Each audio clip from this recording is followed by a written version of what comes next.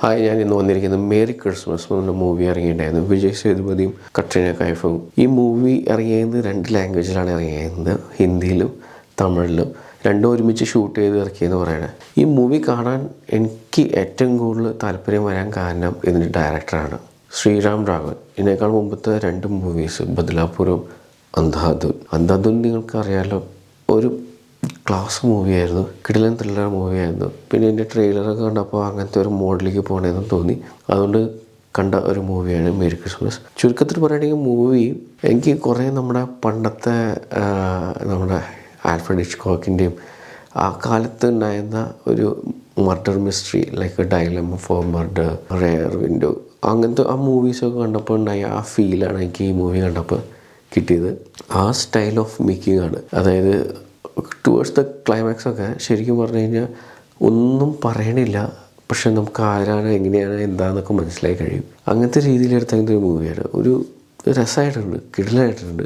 അപ്പോൾ ഞാനിങ്ങനെ ആലോചിച്ചു, ഇതിൻ്റെ തീമും കാര്യങ്ങളൊക്കെ ശരിക്കും പറഞ്ഞാൽ നമ്മുടെ ഒരു സ്ഥിരം കാണുന്ന ഫോർമാറ്റ് അല്ല ഇതിൽ. അപ്പോൾ ഞാൻ ചെക്ക് ചെയ്ത് നോക്കിയപ്പോൾ ഒരു ഫ്രഞ്ച് നോവലിൻ്റെ സ്റ്റോറിയാണ് യൂസ് ചെയ്തിരിക്കുന്നത്.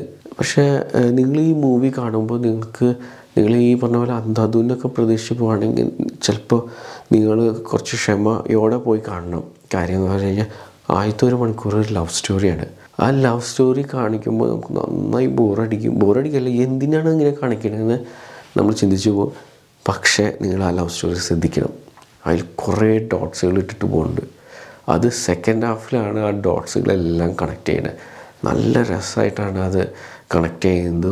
സെക്കൻഡ് ഹാഫിൽ സൂപ്പറാക്കാണ്, അടിപൊളിയാണ്. നമ്മളിങ്ങനെ അത് എന്നൊക്കെ നമ്മളിങ്ങനെ പറഞ്ഞു പോകും. അതുപോലെ രസമായിട്ടാണ് ആ ഒരു ഡോട്ട്സ് കണക്ട് ചെയ്യുന്നത്. പിന്നെ ഇതിൻ്റെ എനിക്ക് ഏറ്റവും കൂടുതൽ ഇഷ്ടമായത് അതിൻ്റെ പ്രോപ്സ് സെക്ഷനാണ്. ഞാൻ കണ്ടത് ഹിന്ദിയാണ് കേട്ടോ കണ്ടത്. അപ്പോൾ മുംബൈ സൈഡിലാണ്, തമിഴിലെങ്ങനെയാണെന്ന് എനിക്കറിയില്ല. മുംബൈയിലാണ് സ്റ്റോറി കാണിക്കുന്നത്. പിന്നെ കുറച്ച് പഴയ കാലമാണ് കാണിക്കുന്നത്. വിജയ് സേതുപതി ഒരു 7-8 കൊല്ലം കഴിഞ്ഞിട്ട് മുംബൈയിൽ വരുന്നു, അമ്മയുടെ അടുത്തേക്ക് വരുന്നു. അമ്മ അപ്പോഴത്തേക്ക് ആ ഗ്യാപ്പിൽ മരിച്ചു കഴിഞ്ഞിട്ടുണ്ടായിരുന്നു. അപ്പോൾ ആ വിഷമത്തിൽ ക്രിസ്മസിൻ്റെ ദിവസമാണ് വരുന്നത്. ക്രിസ്മസ് ആഘോഷിക്കാൻ കഴിഞ്ഞ് പുറത്തേക്ക് പോകുന്നു ഒറ്റയ്ക്ക്.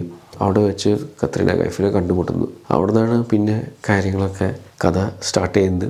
കുറച്ച് നോൺ ലീനിയർ രീതിയിലൊക്കെ കാണിക്കുന്നുണ്ട്, പക്ഷേ രസമാണ്. നിങ്ങൾ ക്ഷമയോടെ ആദ്യത്തെ 1 മണിക്കൂർ നിങ്ങൾ കണ്ടേ പറ്റൂ.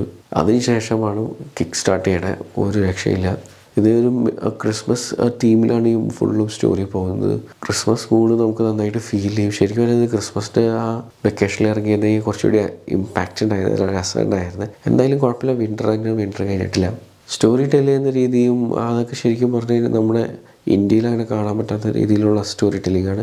ആ ബാക്ക് ഡ്രോപ്പ് പൊതുവേ നമ്മൾ ഇംഗ്ലീഷ് മൂവീസിൽ കാണുന്ന ബാക്ക് ഡ്രോപ്പാണ്. ഇതിൽ മ്യൂസിക് പ്രീതമാണ് ചെയ്തത്. പ്രീതം ആദ്യമായിട്ടാണ് തമിഴിനും കൂടി മ്യൂസിക് ചെയ്യുന്നത്. പക്ഷേ പ്രീതം അതിൽ എനിക്ക് ആ മൂവിക്ക് എന്താ വേണ്ട ആ മ്യൂസിക്കാണ് നന്നായിട്ട് ചെയ്തിട്ടുണ്ട്.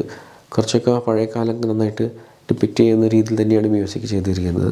ക്യാമറ വർക്കായാലും പിന്നെ ഈ മൂവിയുടെ ആ കളർ ഗ്രേഡിങ്ങും ആ കാര്യങ്ങളൊക്കെ കറക്റ്റ് ആ തീമിന് നന്നായിട്ട് ചേരുന്നുണ്ട്.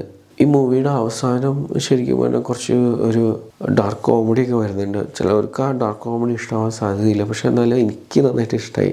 അതൊക്കെ ഇഷ്ടമുള്ള ആൾക്കാർക്ക് കൂടുതലും ഈ മൂവി നന്നായിട്ട് ഇഷ്ടമാവും. അയ്യോ, ഒരു കാര്യം പറയാൻ വിട്ടുപോയി. ഇതിലെ ആക്ടേഴ്സ് വിജയ് സേതുപതി, കത്രീന കൈഫ് സൂപ്പറായിരുന്നു.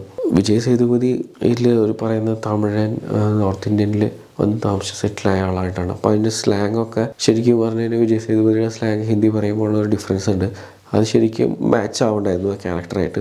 കട്രീന കൈഫും അങ്ങനത്തെ ഒരു ക്യാരക്ടർ തന്നെയാണ് പുറത്തുനിന്ന് വന്ന ഒരാളായിട്ട്. അപ്പോൾ ആ പുള്ളിക്കാരിയുടെയും സ്ലാങ് നന്നായിട്ട് മാച്ച് ആവുന്നുണ്ടായിരുന്നു. രണ്ടുപേരും നല്ല രസമായിട്ട് തന്നെ ആക്ട് ചെയ്തിരിക്കുന്നത്. പൊതുവെ കത്രീന കൈഫിൻ്റെ ആക്ടിങ് അത്രയ്ക്ക് ചില സീരിയസ് മൂവീസിലൊക്കെ കുറച്ച് ഡിപ്പാവാറുണ്ട്. ഇതിൽ ആ റോളിന് എന്താ വേണ്ടത് അത് കറക്റ്റായിട്ട് ആൾ ഡെലിവർ ചെയ്തിട്ടുണ്ട്. പിന്നെ കുറച്ച് പേര് ഗസ്റ്റ് റോൾസ് ആയിട്ടാണ് വരുന്നത്. സഞ്ജയ് കപൂറും കുറച്ച് പേരൊക്കെ ഗസ്റ്റ് റോൾസ് ആയിട്ട് വരുന്നുണ്ട്. അവർക്കൊന്നും അധികം ചെയ്യാനില്ല. ഏറ്റവും കൂടുതലും ഇവരുടെ എൻ്റെ കയ്യിലിരിക്കുന്നത്. കാര്യം തന്നെ തുടക്കം അവർ തമ്മിലുള്ള കുറേ കോൺവെർസേഷൻ ഉണ്ട്. നമ്മൾ ആദ്യം ആ ലവ് സ്റ്റോറി കാണുമ്പോൾ ബിഫോർ ട്രയോളജിയിൽ ഉള്ള ലവ് സ്റ്റോറി പോലെ തോന്നും.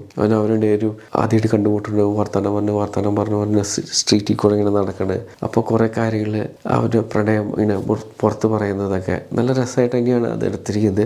അത് നമുക്ക് ബിഫോർ ട്രയോളജി ഓർമ്മ വരും നമുക്ക് ആ സീൻസ് കാണുമ്പോൾ. എന്തായാലും രണ്ടുപേരും തകർത്താണ് ചെയ്തിരിക്കുന്നത്. എന്തായാലും നല്ലൊരു മൂവി തന്നെയാണ്. ഞാൻ ഈ മൂവിക്ക് കൊടുക്കുന്ന റേറ്റിംഗ് 8/10 ആണ്.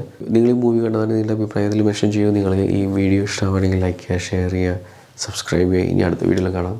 ബൈ.